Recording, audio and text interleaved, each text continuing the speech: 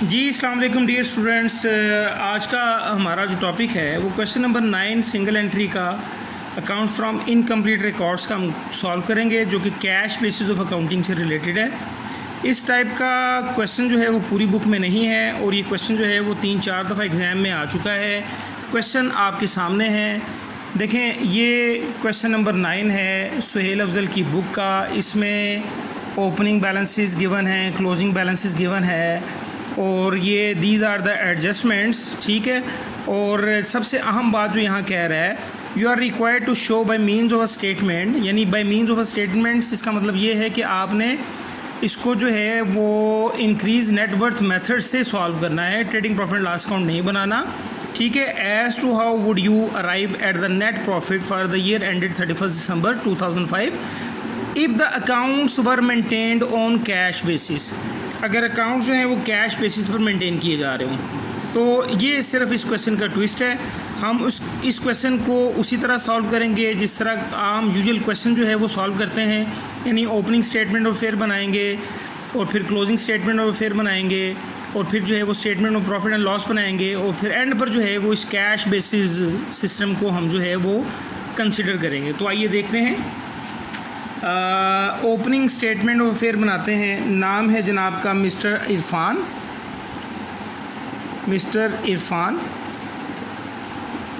Statement of affairs as on 31 December 2004, ये opening है। 31 December 2005 closing है। तो एज़ यूजुअल हम उसी तरह जो है वो just like a balance sheet हम एक स्टेटमेंट बनाएंगे और आपको पता है कि ओपनिंग स्टेटमेंट ऑफ अफेयर में किसी तरह की एडजस्टमेंट हम नहीं करते। अच्छा जनाब, एक तरफ जो है वो हम एसेट्स ले लेते हैं और दूसरी तरफ जो है वो हम लायबिलिटीज़ अपनी जो है वो इसको शामिल कर लेते हैं। सो एसेट्स जहाँ आपका दिल चाहता है मैं यहाँ पर ले रहा हूँ। Assets rupees, liabilities rupees. अच्छा, क्वेश्चन को ज़रा सामने रखिएगा प्लीज़। अपनी अपनी बुक्स जो है वो ओपन रखिएगा और इसमें सबसे पहले जो है वो सन्ड्री क्रेडिटर्स हमें प्रोवाइड कर रहा है।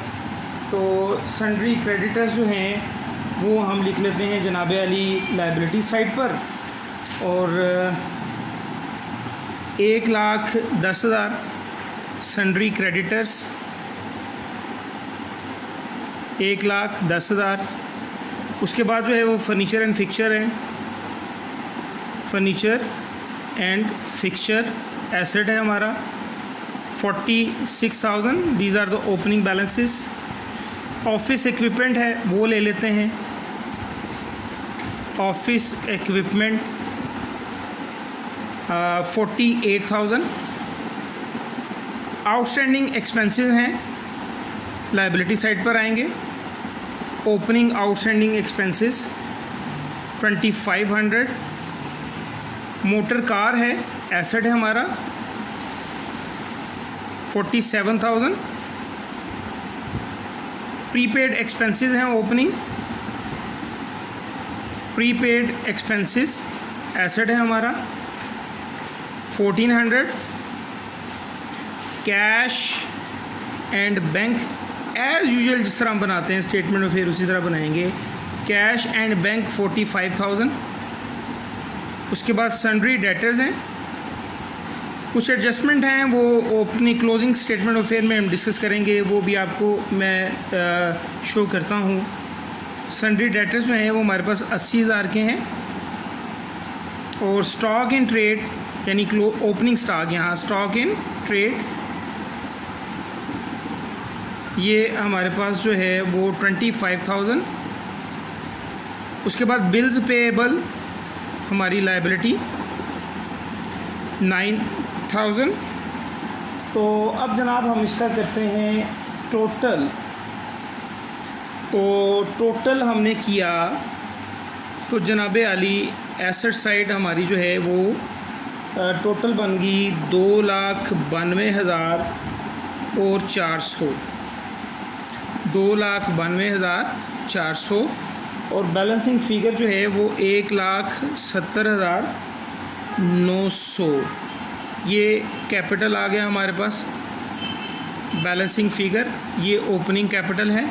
उसके बाद जो है वो नेक्स्ट देखिए, क्लोजिंग स्टेटमेंट ऑफ अफेयर पर जाने से पहले वो कह रहा है कि cash drawing during the year 1500 and goods costing ₹6,000 were taken by mister Irfan for his personal use. ये तो होगी जनाब ड्राइंग्स। ये स्टेटमेंट प्रॉफिट लास्ट में हम इसको डिस्कस करेंगे। He sold one building at Karachi for ₹1 lakh out of which he invested ₹25,000 in his business. जी ये भी स्टेटमेंट प्रॉफिट लास्ट में इसको हम जो है वो कंसिडर करेंगे। One sale invoice amounting to ₹5,000 dated यकम October 2005 was omitted in the books. ये जो है वो हम कंसिडर करेंगे क्लोजिंग स्टेटमेंट ऑफ अफेयर में। राइट ऑफ 6 से ही 2/3% यानी 6.2/3% फ्रॉम द सन्ड्री डेटर्स, ये भी एडजस्टमेंट है, इसको हम कंसिडर करेंगे क्लोजिंग स्टेटमेंट ऑफ अफेयर में। तो आइए नेक्स्ट पेज पर चलते हैं, क्लोजिंग स्टेटमेंट ऑफ अफेयर बनाते हैं। तो इन द मीन वाइल मैं कोई एक आध सिप अगर आप लोगों की इजाज़त हो तो मैं चाय भी ले लूँ, क्योंकि चाय की एडिक्शन है मुझे बहुत ज़्यादा, यू नो वेरी वेल। वाह जी वाह। अच्छा जी, मिस्टर इरफान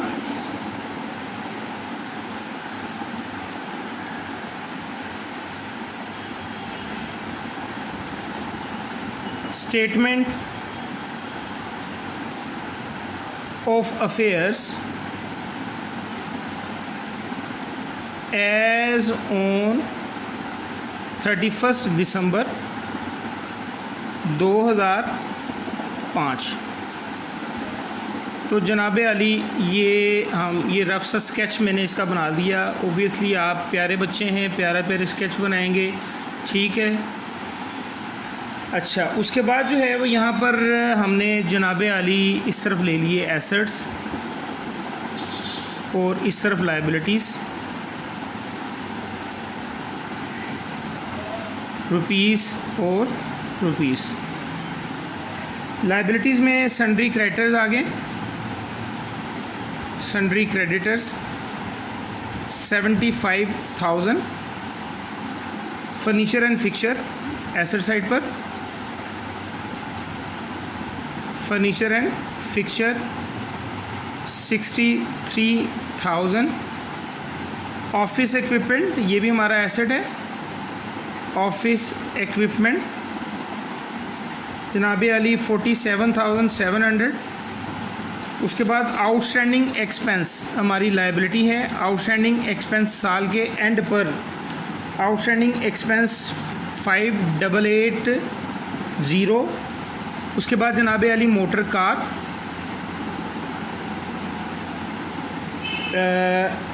ये 37,600। तो क्या है जी, गड्डी मैं ले आनी है, पेट्रोल तू पवा दे, एक तो मैं समझ भी नहीं ना लगती। एनी हाउ, प्रीपेड एक्सपेंस हमारा एसेट है 2,500। Cash and bank, cash and bank ये 38,000। सन्ड्री डेटर्स, इस पर मैं रुक रहा हूँ जनाब। सन्ड्री डेटर्स, सन्ड्री डेटर्स हमारे पास है जनाब 85,000 के इनर कॉलम में लिखा। अच्छा, अब इसमें कह रहा है कि एक सेल इनवॉइस जो है वो omitted to record in the books, यानी 5,000 की सेल इनवॉइस हमने रिकॉर्ड नहीं की। इसका मतलब हमारे डेटर रिकॉर्ड नहीं हुए हुए, ऐड कर दें इसमें ओमिटेड सेल्स 5,000। तो इस तरह हमारे डेटर्स जो हैं वो टोटल बन गए 90,000 के। उसके बाद कह रहे हैं कि राइट ऑफ 6 से ही 2/3% ऑफ द सन्ड्री डेटर। तो लेस कर दें इसमें से क्या, बैड डेट। बैड डेट जो है वो 6 से ही 2/3% आपने कैलकुलेट करने हैं। तो अल्लाह आपका भला करे, वो बन जाएंगे 6000। ठीक है, यानी आपने 90,000 का 6 से ही 2/3% कैलकुलेट करना है, तो वो 6000 आपके सामने आ जाएगा। तो इस तरह आपने अपने डेटर्स यहाँ पर लिख लिए जनाब 84,000।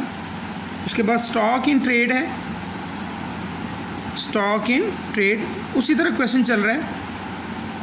Stock in trade 37,500। Bills payable जो है जनाब अली 5,000। इस तरह हमने जो है वो क्लोजिंग स्टेटमेंट ऑफ फेयर की 2 एडजस्टमेंट्स यहाँ कंसीडर कर ली, एक ओमिटेड सेल की, एक बैड डेट रिटर्न ऑफ की। ठीक है, अब हम जो है वो इसका टोटल करते हैं ताकि हम क्लोजिंग जो है वो कैपिटल कैलकुलेट कर सकें। तो टोटल जो है वो 3,10,000 और 300, 3,10,000 और 300, इसमें से ये फिगर्स आप माइनस कर दें तो 2 लाख।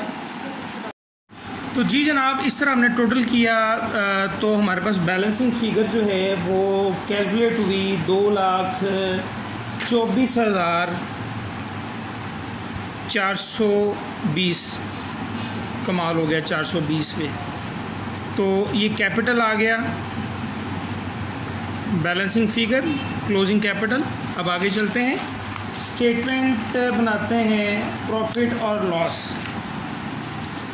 तो mister Irfan statement of profit और loss for the year ended 31 December 2005। Question उसी तरह चल रहा है जैसे कि आप यूजुअल क्वेश्चन सॉल्व करते हैं। सबसे पहले क्लोजिंग कैपिटल ले लें। तो कैपिटल एज ऑन 31/12/2005, ये अभी हमने कैलकुलेट किया 2,24,420। तो 2,24,420 यहाँ ऊपर रुपीस लिख लें। उसके बाद जो है वो इसमें ऐड कर दें ड्राइंग्स के मुतालिक बता रहा हमें कि कैश ड्राइंग जो है वो 15,000 है और गुड्स ड्राइंग्स जो हैं वो 6,000 है। तो ड्राइंग्स ऐड करें 15,000 जमा 6,000, तो ये हमारे पास टोटल जो है वो 21,000 की ड्राइंग्स आ गई।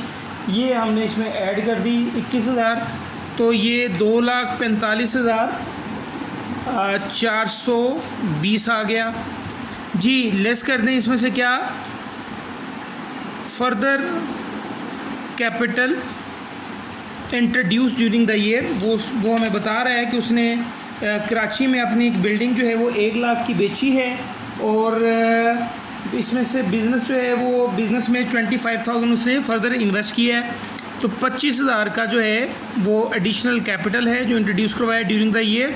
ये इसमें से माइनस करें तो 2,20,420 ये हमारे पास आ जाएगा।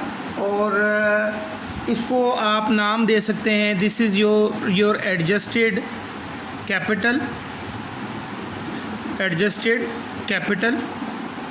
फिर फाइनल स्टेप आपका ये होता है कि लेस कर देते हैं capital as on 31 December 2004। Opening capital हमने ये कैलकुलेट किया हुआ है 1,70,900। तो 1,70,900 ये इसमें से लेस कर दिया आपने। तो इसमें से लेस करने के बाद ये 49,520 हमारे पास आ गए, यानी 420 में से हम निकल गए, 520 में चले गए, कोई मसले वाली बात नहीं। अच्छा, अब यहाँ पर जो है ये आपका प्रॉफिट है अंडर अक्रूवल बेसिस, यानी जो अक्रूवल बेसिस ऑफ अकाउंटिंग है उसके मुताबिक ये प्रॉफिट आपका चल रहा है। अब आपने इसको कैश बेसिस में कन्वर्ट करना है। तो इसमें देखें क्वेश्चन में दो चीज़ें गिवन हैं, एक है आउटस्टैंडिंग एक्सपेंसेस साल के एंड के और साल के शुरू के, इसी तरह प्रीपेड एक्सपेंसेस हैं साल के एंड के और साल के शुरू के। यानी आउटस्टैंडिंग खर्चा वो है जो आपने अदा नहीं किया लेकिन उसको खर्चा कंसिडर किया हुआ है, ठीक है। और प्रीपेड एक्सपेंस वो है जो आपने अदा कर दिया हुआ है और उसको खर्चा कंसिडर नहीं किया हुआ। तो अक्रूवल बेसिस में तो इसी तरह ही होता है। कैश बेसिस में आउटस्टैंडिंग एक्सपेंस आपका खर्चा नहीं होगा, क्यों? क्योंकि ये आपने अभी अदा नहीं किया, जब अदा करेंगे तब ये आपका खर्चा होगा, ठीक है। तो ये अक्रूवल बेसिस पर आपने जो कैलकुलेट किया हुआ है प्रॉफिट, ये इसमें आपने आउटस्टैंडिंग एक्सपेंसेस जो हैं वो उसको एक्सपेंस कंसिडर किया हुआ है।